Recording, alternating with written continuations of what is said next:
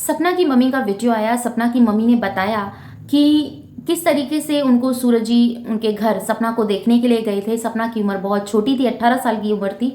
दूर होने के कारण उनका मन थोड़ा सा अटपटा रहा था। ये चीज़ें सोच रही थी कि कैसे होगा, कैसे नहीं होगा, क्या करूँ क्या नहीं करूँ, बेटी इतनी दूर चली जाएगी तो कैसे आएगी। और काफ़ी सारी बातें उन्होंने कही हैं, तो पहले हम उसकी बातें सुन लेते हैं और फिर आगे आप लोगों के साथ अपनी बात रखेंगे। क्योंकि आज माँ का दर्द छलका है, इसलिए क्योंकि बेटी ने बहुत कठोर वचन बोले हैं।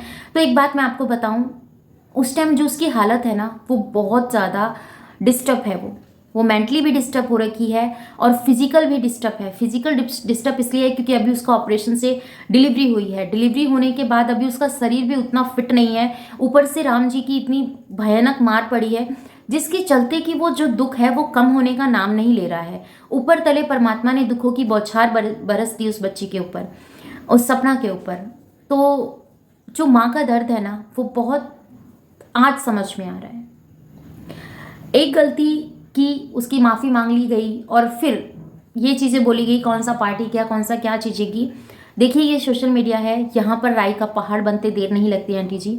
अगर मेरा इस वीडियो को आप देख रहे हैं तो मेरा सिर्फ आपसे यही कहना है, आप अपनी फीलिंग्स शेयर कर सकते हैं। और मुझे पता है आज जो आप अपनी फीलिंग्स शेयर कर रहे हैं तो ये सिर्फ सपना के लिए आपने वीडियो बनाया है। मैं जानती हूँ, समझ रही हूँ, क्योंकि एक माँ का जो दर्द है ना, वो कोई दूसरा नहीं समझ सकता।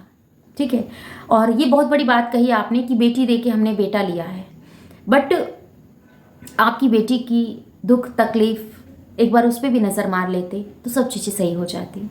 आपके घर में बहू है, आपके घर में बेटा है, आप बहू को बेटी की तरह रखते हैं, बेटी की तरह रखते हैं, तो थोड़ा सा एक बार बेटी का भी दर्द देख लिया होता। तब अगर ये सब नहीं होता तो शायद सपना का दिल इतना कठोर ना बनता।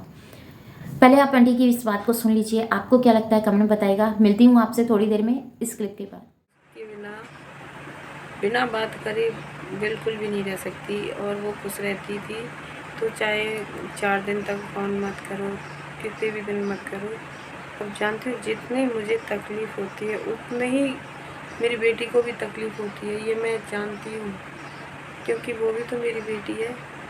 और माँ बेटी का रिश्ता कहते हैं ना कि हाँ, सब रिश्ते अच्छे होते हैं, लेकिन माँ का रिश्ता एक सबसे बेस्ट होता है।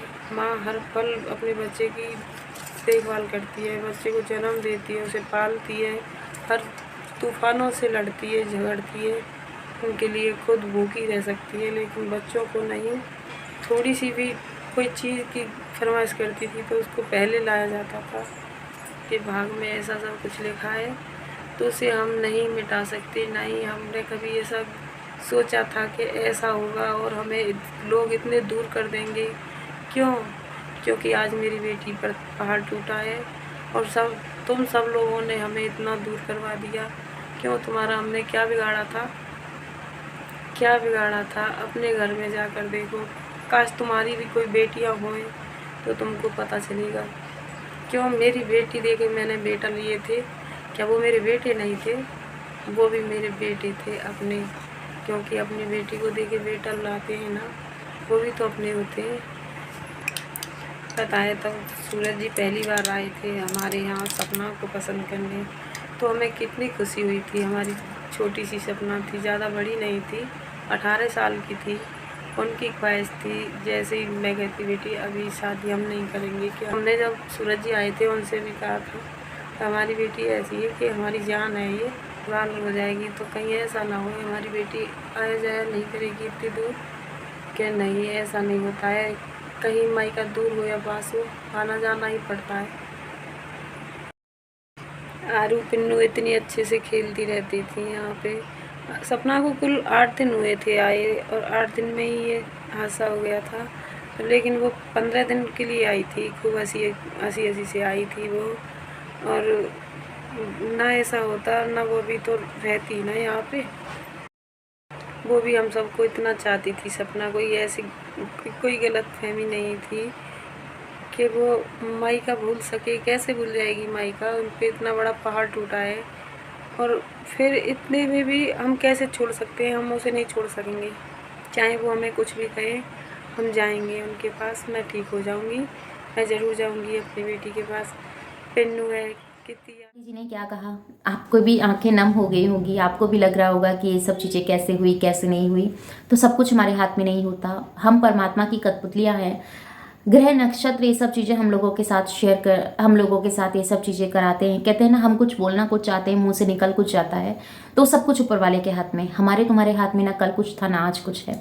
हम उसकी नचाई कठपुतलियाँ हैं, पर हमें अपने रिश्तों की मर्यादा समझनी होती है, समझानी होती है, तब जाके हम कोई फैसला लेते हैं। ऐसे कुछ नहीं होता। आपको क्या लगता है कमेंट में बताइएगा। मिलती हूँ नेक्स्ट वीडियो में। Bye bye, love you, thanks for watching, जय श्री कृष्णा, राधे राधे। चैनल पे नहीं तो सब्सक्राइब कर लीजिएगा, वीडियो अच्छी लगे लाइक एंड शेयर कीजिएगा, खूब सारा प्यार दीजिएगा, अपना और अपनों का ख्याल रखिएगा।